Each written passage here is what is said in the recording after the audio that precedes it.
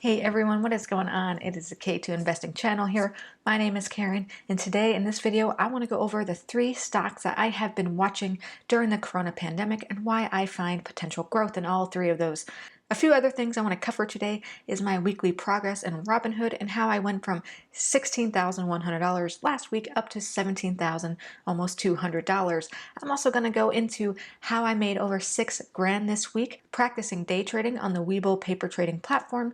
And at the end of this video, as a bonus, I'm going to reveal my age as requested in one of the comments that I received on my videos and exactly when I plan to retire and what my goals are for the future. So if you're interested in that information, please stick around to the end of the video. But jumping right into it, my portfolio sitting at $17,160.75. On the day for Friday, down about $30. On the week, up over $400, and as you can see, a very green week. Definitely seeing some ups and downs here, but it is nice to see that green. On the month, another very green chart here. Again, seeing some very highs, some lows, but again, you can see just how much in this past week that the portfolio has been able to bounce back. 3 months here is when you can really see just how much that coronavirus pullback affected the portfolio, but we can see some higher highs and some higher lows, which is showing some form of maybe a reversal happening, but again, it's very early to tell. On the year, you can see just how bad that pullback was, and overall, again, seeing just how drastic it is. It's almost unreal to see how straight down that line is. But as we see some type of progress here, overall, at its worst, my portfolio was down about 33%. Now it's down 15%. I'm not an expert here by any means, but going from 30% to 15%, I mean, that's kind of showing halfway of a rebound. But again, it's so early to tell exactly what's going to happen. And one thing with the stock market is anything could change in a moment. So with all that being said, I'm going to jump into those 3 stocks that I find a lot of potential in, even during this corona pandemic. And first on the list, we're going to go into Netflix. So some background information on Netflix. It is sitting a little over $400, and unfortunately there is no dividend yield, but it does have a pretty good price earning ratio. Market cap, almost $200 billion, and was founded in 1997. So overall, when looking over across the charts, on the 3-month, definitely seeing some growth. On the year, even with the corona pandemic, you still see it's very green. And overall, you can see just how much that trend is your friend, up over $341 in the past 5 years. So overall, even though there is no dividend payout right now for Netflix, that means that there could be some in the future, but sometimes growth for a company can outweigh the con of not having a dividend payout. One thing that I did is I did a very simple Google search on reasons why Netflix is a good buy. So jumping into that, here's a site that I like to use on occasion, but again, there's a lot of pros and cons, and just giving you a quick overview so we don't have to read through this article. Netflix is known as one of the streaming giants. It was one of the first ones to do video online streaming. The subscriber growth has consistently risen over the last few years. They hold on to a lot of their subscriptions as well because people are very loyal when it comes to Netflix, and it is constantly expanding its margin, meaning that it's going into different fields to consistently stay ever-changing and ever innovative when it comes to its company. It's also reaching out on the international level, and it is known as having one of the best management teams in regards to being innovative, utilizing its profits within the company, and to keep up with its original content when it comes to making its own Netflix specials.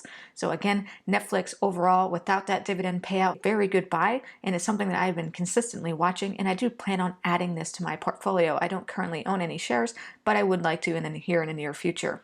Next on the list is similar when it comes to Netflix, and that is Amazon. Now, Amazon is a very expensive stock, sitting at almost $2,500. But what's nice with Robinhood app is it now offers fractional shares, meaning that you can just invest whatever you have available to buy. So if you only have an extra $100 to buy in, you don't have to pay for the entire stock. You can buy a portion of the stock. Looking at the charts here, again, trend is your friend here. There was some pullback when it came to the corona pandemic, but it bounced back very quickly. And one of those reasons is when you're stuck at home, kind of like Netflix, there's really nothing else to do but online shopping and online watching.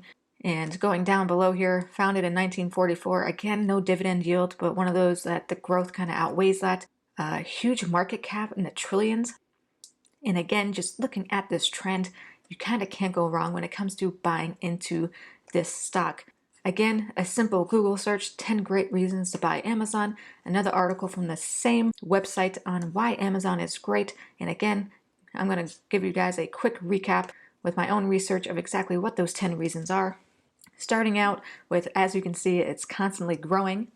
Also, online retail is fairly new. Even though some of us it's been around for the majority of our life, in the grand scheme of things, it's a newer type of way to do your shopping. So that means there's constantly room for advancing in its own company.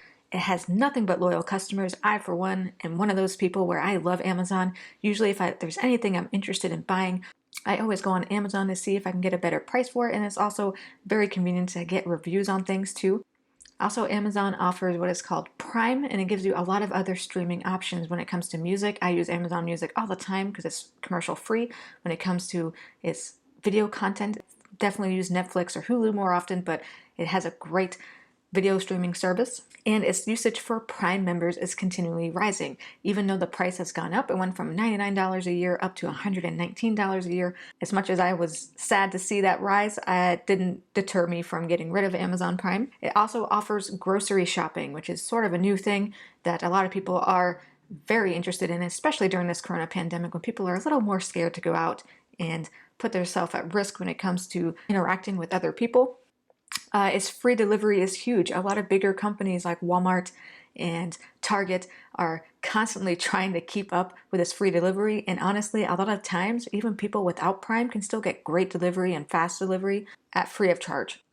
It also has a great cloud option when it comes to storing your information. So if you have extra photos or music or anything you want to keep, Amazon does offer online storage at a pretty decent price.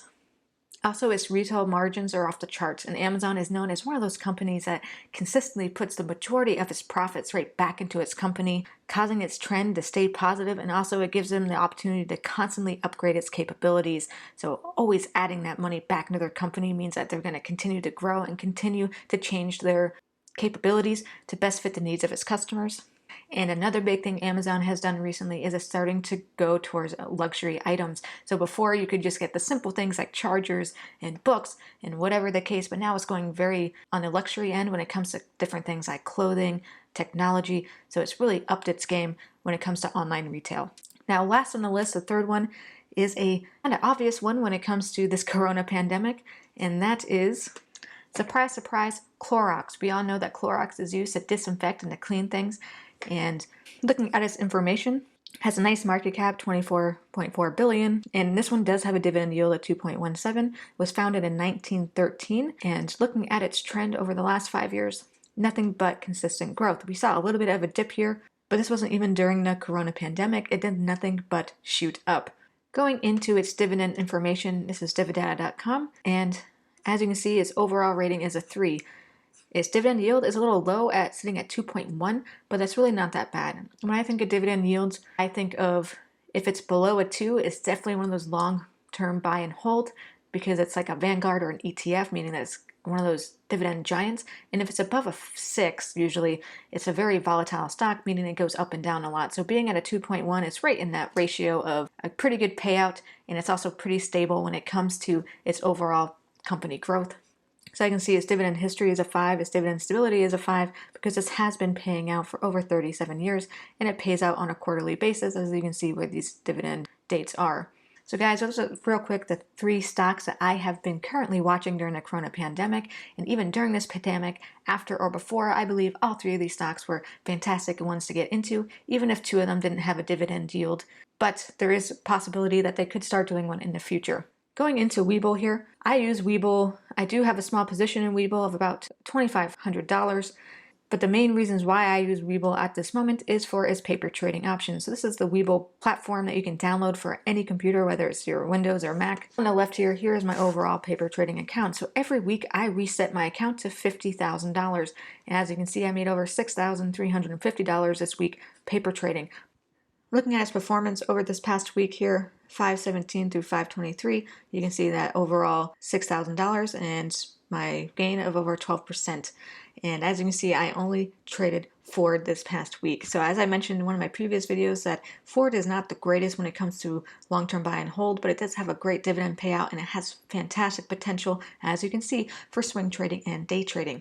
So when it comes to buying in on Ford, what I like to do is I wait till it goes down below this moving average line. When it seems to hit the bottom, I will put a very small position in, And as it continues to grow, as you can see, the RSI and the MACD show signs of a confirmation. I add to my position, wait for it to hit its potential cap, and I sell. It's a very simple strategy, but honestly, it's something that you need to practice, which is why I do that with the paper trading on WeBull.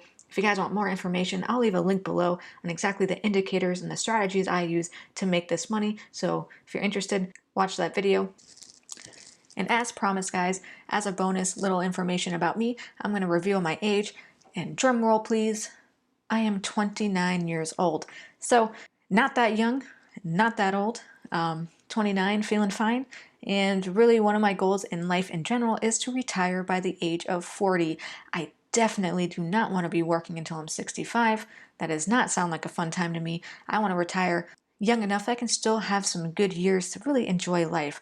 And I'm not here to make thousands and millions of dollars. I'm here so I can have a decent house, a couple nice cars that I want to drive around, and the time in the world to be able to go out and do fun things like fishing and swimming and all those things that I enjoy when it comes to nature. And one of those things that really helps you is financial freedom. It gives you the ability to pursue the things that make you happy because you don't have to worry about working and all that stuff. So my goal is at the latest 40 years old. So guys, I hope you enjoyed this video. If you got any valuable information on it, please hit that like button. If you're interested in more content or you want to follow my journey in this investment world that I'm pursuing, please hit that subscribe button. But as always, guys, I hope you stay green, you stay classy, and you make your moves with kinetic knowledge. Take it easy.